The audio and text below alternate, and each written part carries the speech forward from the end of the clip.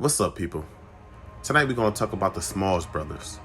These gangsters were known as the Island Boys. These St. Thomas natives were shipping drugs from the Virgin Islands to the United States. They used express mail, express vehicles, commercial airlines, and all types of boats and mules to get the drugs to the destinations. Now, when I say mule, I am not talking about the animal. I'm talking about a person that carries drugs in their bodies, whether they swallow it or shove it somewhere. Now, swallowing it can put your life in so much danger. It's very risky. The acid in your stomach can literally destroy what's holding the drugs inside. But that's a different story.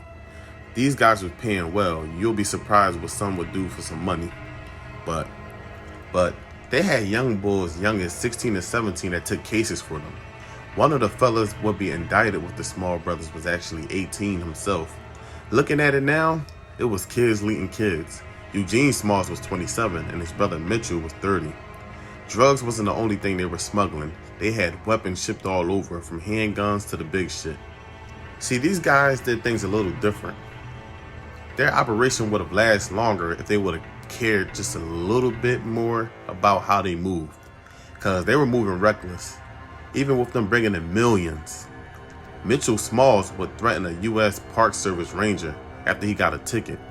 After the ranger told him that his BMW needed to be removed, he told the ranger the only thing that's going to be removed is his head. And coming from a person like that, you need to take that serious. The ranger didn't know what he came across that day. He came across the wrong person. But nothing happened. It was just a threat. But he was actually arrested for making that threat. Them type of setbacks are bad for business. You're supposed to avoid heat at all costs.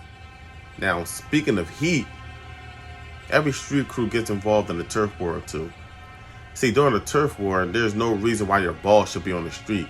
And it didn't even have to go that far into a turf war, but they had no business trying to muscle in Atlanta. And they could have flooded the streets of Atlanta by just becoming a plug, but they just put their own men in there causing problems. A plug from Mexico would never do that. He'll fall back and just collect his money. But a turf war broke out, which is bad for business. That was the downfall of Eugene Smalls and the whole organization. Taking them ATL soldiers to war caused nothing but heat. Losing men, crippling the organization. And even with all of that going on, Eugene Smalls would still move without his security and would end up getting shot and temporarily paralyzed. He didn't even spend that much time recovering in the hospital. He wanted to get back into the streets. See, boss usually falls back, play the background, watching soldiers go to war. But Eugene Smalls was shooting pistols side by side with his soldiers. Everyone was equal. The Small brothers was arrested based on a 14-page indictment, based on only 2 years.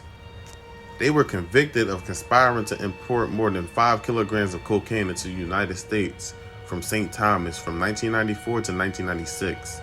They got hit with life. Eugene was hit with 90 years plus a $1 million fine, which is a little crazy for a non-violent crime and for a person first criminal offense. Yes, he had no prior criminal offenses at all, and they hit him with that many years. But I guess they wanted to make an example out of him. But that's it for now. Show love, like, comment, subscribe. Thanks for watching. I'm out.